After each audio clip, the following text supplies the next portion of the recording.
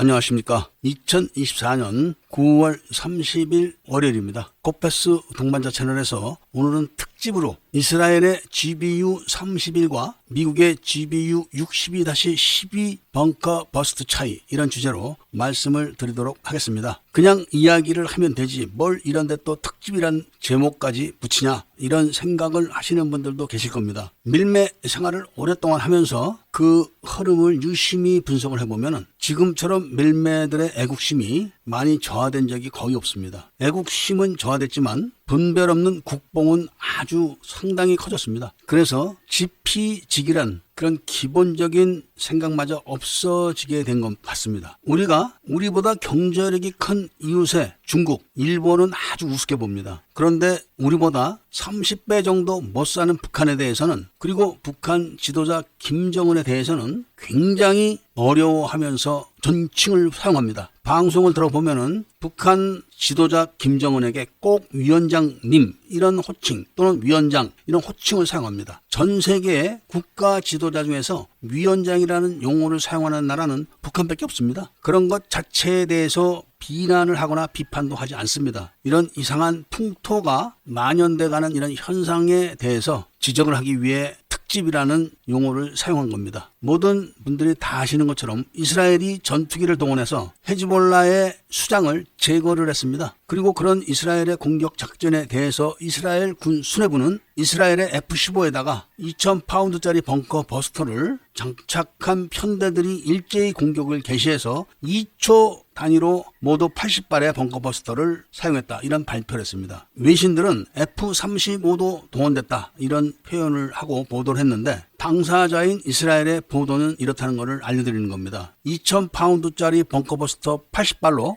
헤즈볼라의 지도자를 제거를 했기 때문에 지도자가 없어진 이스라엘의 상대 측들은 갈팡질팡하는 모습을 보이고 있는데, 이런 이스라엘의 공격에 대해서 국내 언론들이 아무런 비난을 가하지 않고 있고 여론들도 비난을 가하지 않고 있습니다. 오히려 이스라엘의 이런 놀라운 작전에 대한 자세한 보도를 하고 있습니다. 이런 현상만 봐도 한국의 언론들이 한국이라는 나라와 한국 국민들을 위해서 존재하는 게 아니라 북한과 북한 지도자를 위해서 존재하고 있구나 하는 생각을 안 할 수가 없는 대목이기도 합니다. 그런데 이런 언론들이 그런 보도를 하는 그 뒤에는 바로 미국이 보유하고 있는 GBU 61-12 계열, 그 계열 중에는 여러 파생형들이 있는데 바로 그 파생형에 대한 무서움 때문에 그런 겁니다. GBU 61-12 계열은 일단 모두 다 핵폭탄입니다. 그런데 위력이 그렇게 크지가 않고 방사능이 나오지 않는 그런 특수한 핵폭탄인데, 이게 크기가 아주 작아서 F-35 내부 무장창에 2발이 들어갑니다. 그런데 발당 폭발 위협은 50킬로톤이나 되는데 50킬로톤은 일본에 투하됐던 원자폭탄의 3배가 넘는 위력입니다. 그러니까 F-35 1개 편대가 평양에 날아가서 떨어뜨리게 되면은 일본에 떨어뜨린 원자폭탄 24발이 김정은이 숙소에 떨어지는 겁니다. 그리고 지하 100m까지 들어가서 터지게 돼 있는데 그 이유가 특별하게 회전이 되는 탄두 부분 때문에 그렇다고 합니다. 그러니까 이 폭탄은 전적으로 김정은을 제거하기 위해서 개발된 그런 폭탄이라고 보시면 되는 겁니다. 그래서 북한은 미 해군의 항공모함이 동해에서 야간 작전을 하게 되면은 아주 예민하게 반응을 하고, 일본에 주둔하고 있는 미국 F-35 전투기들이 동해 쪽에서 야간에 작전한다, 이러면 벌벌벌